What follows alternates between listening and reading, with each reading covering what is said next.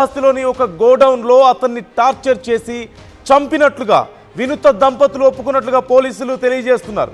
ఈ నెల 8న డెడ్ బాడీని కారులో తమిళనాడుకు తరలించారు. అదే రోజు కూవం నదిలో డెడ్ బాడీని పడేసినట్లుగా వారు చెప్పినట్లుగా తెలుస్తోంది. అనుమానాస్పద మృతిగా మొదట కేసు నమోదు చేసుకున్నారు పోలీసులు. ఆ తర్వాత దర్యాప్తు చేసుకుంటూ వెళ్తే వినుత ఆమె భర్త చంద్రబాబు దగ్గరికి వచ్చి ఈ కేసు ఆగినట్లుగా తెలుస్తోంది. మొత్తం వారిద్దరు సహా వినుత ఆమె భర్త చంద్రబాబు సహా మొత్తం 5గురిని పోలీసులు అరెస్ట్ చేసినట్లుగా సమాచారం. నిందితులు కాళహస్తికి చెందినటువంటి శివకుమార్, గోపి, దాసర్గా తెలుస్తోంది. వారందరినీ కూడా ఇప్పటికే అదుపులోకి తీసుకొని విచారిస్తున్నారు. అయితే ఇప్పటికే రాయుడు 10 సంవత్సరాలుగా వినుత దగ్గర పనిచేస్తున్నట్లుగా తెలుస్తోంది. ఆవిడ పిఏగా పనిచేస్తున్నట్లుగా తెలుస్తోంది. అలాగే వినుత శ్రీకాళహస్తి జనసేన పార్టీ ఇన్ఛార్జిగా ఉన్నారు. ఈ నేపథ్యంలో 10 ఏళ్ల నుంచి చాలా నమ్మకంగా పనిచేస్తున్నాడు రాయుడు. శ్రీనివాసులు అలియాస్ రాయుడు. అయితే రాయుడికి తల్లిదండ్రులు లేరు. అతని బామ్మ దగ్గరే పెరిగినట్లుగా తెలుస్తుంది. ఈ నేపథ్యంలో 10 ఏళ్లుగా చాలా నమ్మకంగా వినుత దగ్గర పనిచేస్తూ వస్తున్నాడు. అయితే ఈ మధ్య కాలంలో వినుతను బెదిరించినట్లుగా తెలుస్తుంది. తన దగ్గర ఆమెకు సంబంధించిన కొన్ని వీడియోలు ఉన్నాయని, ఈ విషయంలో ఆమెను బెదిరించినట్లుగా తెలుస్తుంది. ఈ నేపథ్యంలో రాయుడు ప్రత్యర్థులతో కలిసి పనిచేస్తున్నాడు అంటూ వినుత కోపం పెంచుకొని అతని మీద ఒక రకమైన పగను పెంచుకొని మరికొంతమందితో కలిసి శివకుమార్, గోపి, దాసరి వీళ్ళతో కలిసి అతన్ని చిత్రవధ చేసి చిత్రహింసలు పెట్టి చంపేసినట్లుగా తెలుస్తోంది. ఆ తర్వాత చెన్నైకి తీసుకువెళ్ళి అక్కడ ఉన్నటువంటి కూనం నదిలో పడవేసినట్లుగా తెలుస్తుంది. అయితే 8వ తారీఖున పోలీసులకు అక్కడ ఒక అన్ఐడెంటిఫైడ్ బాడీ ఒకటి దొరికింది. ఈ నేపథ్యంలో పోలీసులు అది ఎవరిది ఏంటి అని విచారించబోయారు. ఈ నేపథ్యంలోనే అతని చేతి మీద, రాయుడు చేతి మీద జనసేన సింబల్ కనిపించింది. అలాగే వినుత పేరు కూడా కనిపించినట్లుగా తెలుస్తోంది. అప్పటి నుంచి ఇక వెతకడం మొదలు పెడితే సీసీ కెమెరాల ఆధారంగా ముందుగా శివకుమార్, గోపి, ఈ దాసరులను అరెస్ట్ చేశారు. ఆ తర్వాత అసలు విషయం కూపీలు లాగితే అప్పుడు వినుత ఆమె భర్త చంద్రబాబు పేర్లు బయటకు వచ్చినట్లుగా తెలుస్తోంది. అయితే వారిని విచారించగా, తమ శైలిలో విచారించగా మొత్తం మీద అసలు విషయం బయటకు వచ్చింది. తన దగ్గర కొన్ని వీడియోలు ఉన్నాయంటూ ఈ మధ్య రాయుడు బెదిరిస్తున్నాడని, ఈ నేపథ్యంలో అపోజిషన్తో కలిసి తమ శత్రువులతో కలిసి పనిచేస్తున్నాడు అంటూ వినుత అతన్ని చిత్రహింసలు పెట్టి చంపించినట్లుగా తెలుస్తుంది. దీనికి సంబంధించి ఇప్పటికే పోలీసులు విచారణ చేస్తున్నారు, మరింత సమాచారం తీస్తున్నారు. ఈ నేపథ్యంలో ఈ విషయం బయటకు వచ్చిన వెంటనే జనసేన పార్టీ నుంచి ఒక లెటర్ కూడా బయటకు వచ్చింది. వినుతను పార్టీ నుంచి సస్పెండ్ చేస్తూ తమ పార్టీ కార్యకలాపాలకు అలాగే పార్టీకి సంబంధించిన సిద్ధాంతాలకు వినుత వ్యవహార శైలి కొంత ఇబ్బందికరంగా ఉన్నందున కొన్ని రోజులు సస్పెండ్ చేస్తున్నామంటూ ఒక లెటర్ కూడా బయటకు వచ్చిన విషయం మనం చూసాం. ఈ నేపథ్యంలో అసలు పోలీసులు ఏం చెప్పారో ఒకసారి వాళ్ళ మాటల్లోనే విందాం. సంఘటన బాధాకరం. జనసేన పార్టీ నుంచి ఇన్ఛార్జ్గా ఉన్న వినుత గారు, అట్నే వాళ్ళ భర్త చంద్రబాబు గారు, ఈ శ్రీనివాసులు అలియాస్ రాయుడు, ఇతను వినుత గారి దగ్గర 15 ఏళ్ళ నుంచి అతని దగ్గరే ఉన్నారు. అతను తల్లిదండ్రులు లేని అనాథ. తర్వాత వాళ్ళ అవ్వ కూడా బాగా ఉంది, పెద్ద ఆవిడ. ముందు నుంచి వాళ్ళ కార్యకర్త వాళ్ళు ఉన్నారు.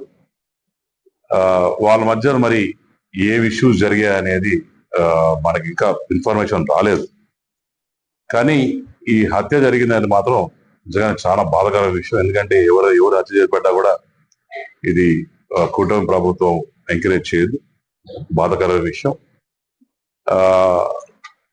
దీంట్లో భాగంగా 6 మందిని అరెస్ట్ చేశారని చెప్పి మరి ఎస్పీ గారితో మాట్లాడడం జరిగింది, కలెక్టర్ గారితో మాట్లాడడం జరిగింది. అరెస్ట్ చేశారని చెప్పారు. అట్లనే మాకు వచ్చిన వార్త మరి వినుత గారిని కూడా ఏదో పార్టీని సస్పెండ్ చేశారని వచ్చింది. జనరల్ గా ఇది ఏంటంటే ఇదొక వాళ్ళ పర్సనల్ జరిగిన ఇష్యూ. ఈ పార్టీలకి అతీతంగా, పార్టీలకి సంబంధం లేదు ఇష్యూలో. ఇది జరిగింది కూడా చెన్నై పరిధిలో జరిగింది. ఆ బాడీని కూడా తీసుకుపోతుంటే మరి 2 కార్లు తీసుకోవడం జరిగింది. దాంట్లో ఒకటి ఏపీ నెంబర్ కారు, ఇంకోటి తమిళనాడు నెంబర్ కారు. ఆ ఏపీ నెంబర్ 2 కార్లు 1 by 1 పోతుంటే చెన్నై అవుట్స్కర్ట్స్ లో ఏపీ కార్ అనేది అక్కడ రిపేర్ రావడం జరిగింది. ఆ బాడీని తీసి మళ్ళీ తమిళనాడు కారు షిఫ్ట్ చేసుకొని ముందుకు పోయి రివర్లో పడేయడం జరిగింది.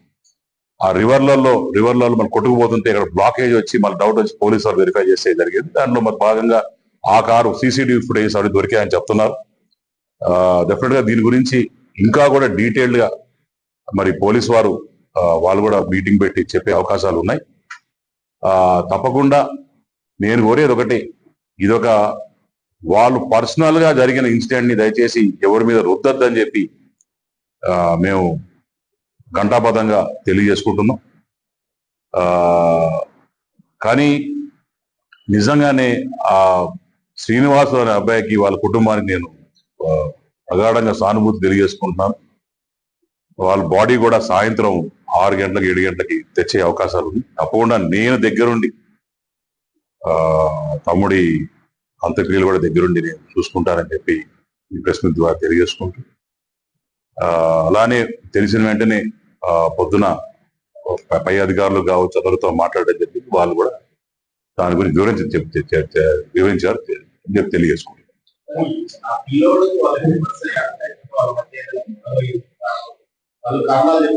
అంటే ఒకటన్నా మీకెంత తెలుసో నాకు అంత తెలుసు వాస్తవంగా. ఎందుకంటే అది వాళ్ళ ఫ్యామిలీగా ఉండేటోళ్ళు, అతను పిఏగా డ్రైవర్ గా పనిచేసిన వాడు వాస్తవం.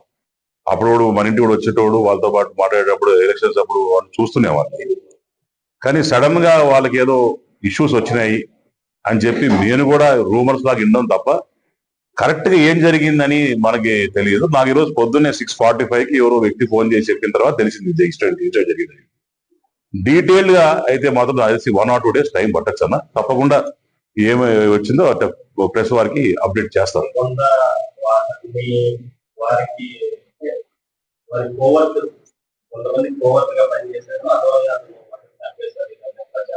మళ్ళా చెప్తున్నా అన్న, దీని గురించి డీటెయిల్డ్ గా నాకు కూడా ఇంతవరకే మీకు చెప్పినంతవరకే నాకు కూడా సమాచారం ఉంది. బై ఈవినింగ్ టోటల్ డీటెయిల్స్ అన్ని వస్తాయి. పైగా ఈ కేసు అంతా కూడా హ్యాండిల్ చేసేది చెన్నై పోలీస్ కాబట్టి దీంట్లో ఆంధ్ర పోలీసు భాగం తక్కువ ఉంది కాబట్టి తర్వాత ఏమైనా ఫ్యూచర్ లో ఉంటే ఇక్కడ పోలీసు కూడా వాళ్ళకి ఇద్దరు కలిసి ఇన్వెస్టిగేషన్ చేసే పరిస్థితి ఉంటుంది. నాకు వచ్చిన ఇన్ఫర్మేషన్ మాత్రం తమిళనాడు పోలీసు అరెస్ట్ చేస్తున్నారు, వాళ్ళు రిమాండ్ లో పెట్టున్నారు. 6 మంది మీద కేసు బుక్ చేశారని చెప్పి నాకు తూచాయిగా ఇన్ఫర్మేషన్ ఉంది. మైట్ బి కరెక్ట్ ఆర్ తక్కువ நம்பர் ஆயிடுச்சு, but they have been arrested. அதாவது நம்ம இந்த C3 7 Hills லிமிட்டில் ஒரு பாடி நமக்கு கிடைக்கிது. பாடி வந்து சஸ்பீசியஸ் டெத்துன்னு போட்டு நம்ம விசாரிக்கிறோம். போஸ்ட்மார்ட்டத்தில் எது மர்டராக இருக்கிறதுக்கு வாய்ப்பு, ஸ்ட்ராங்குலேஷன்லாம் இருக்குது அப்படின்னு சொல்கிறாங்க. சொன்ன உடனே அப்போ வந்து எந்த குழுவும் இல்லை, நமக்கு டிசீஸ்ட் யாருன்னு தெரியாது, அக்யூஸ்ட் யாருன்னு தெரியாது. அப்போ சிசிடிவிலாம் வச்சு பார்க்கும் பொழுது ஒரு சந்தேகப்படக்கூடிய ஒரு கார் வருது. அந்த காரோட நம்பர் எடுத்து அது வழியாக ட்ரேஸ் பண்ணி அந்த கார் அங்கே யார் கொண்டு வந்தாங்கன்னு பிடிக்கும் பொழுது அந்த இது வந்து மர்டர்னு நமக்கு தெரிய வருது. அந்த கார் அப்போ அங்கே கொண்டு வந்தவங்களாம் பிடிச்சிட்டோம். மொத்தம் இது வரைக்கும் எத்தனை பேர் பிரவேஷ்? 5 பேர் அரெஸ்ட் பண்ணியிருக்கிறோம். அவங்களும் கன்ஃபஸ் பண்ணிட்டாங்க. அங்கே இது வந்து மோட்டிவ் எப்படின்னா, இது நம்ம மாநிலம் இல்லை, பக்கத்தில் ஆந்திரா மாநிலத்தில் ஒரு கட்சிக்காரங்க ஜனசேனா கட்சி இருக்கு இல்லையா, அந்த கட்சியில் ஒரு கேண்டிடேட்டாக முதல்ல கண்டெஸ்ட் பண்ணவங்க இந்த டைம் வாய்ப்பு கிடைக்காம அவங்களோட கூட்டணி கட்சிக்கு அந்த வாய்ப்பு போச்சு. அது சம்மந்தப்பட்ட ஒரு பிரச்சனை அது. அதில் இவர் வந்து இந்த இறந்து போன அவர் ஆப்போசிட் குரூப்புக்கெலாம் சப்போர்ட்டாக இருந்தார், சில வீடியோஸ்லாம் எடுத்தாருன்னு சொல்லி ஆர்டர் பண்ணியிருக்கேன்.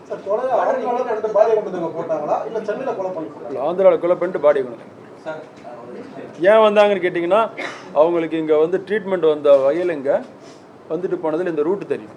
ஸோ அதனால் இங்கே கொண்டு வந்து போட்டால் நம்மளை கண்டுபிடிக்க முடியாதுன்னு நினச்சிட்டு கொண்டு வந்து போட்டோம். அது விசாரணை முடியல சொல்லலாம். நாங்கள் கொலைன்னு தான் இது. அவ்வளோதானே ஜான், இது முடிஞ்சிருச்சா? C3 7 Hills அடுத்த நான் ஆமாம். இந்த இதில் நுங்கம்பாக்கத்தில் அந்த பப்பில் நடந்த ஒரு தகராறில் ஆரம்பித்து ஒரு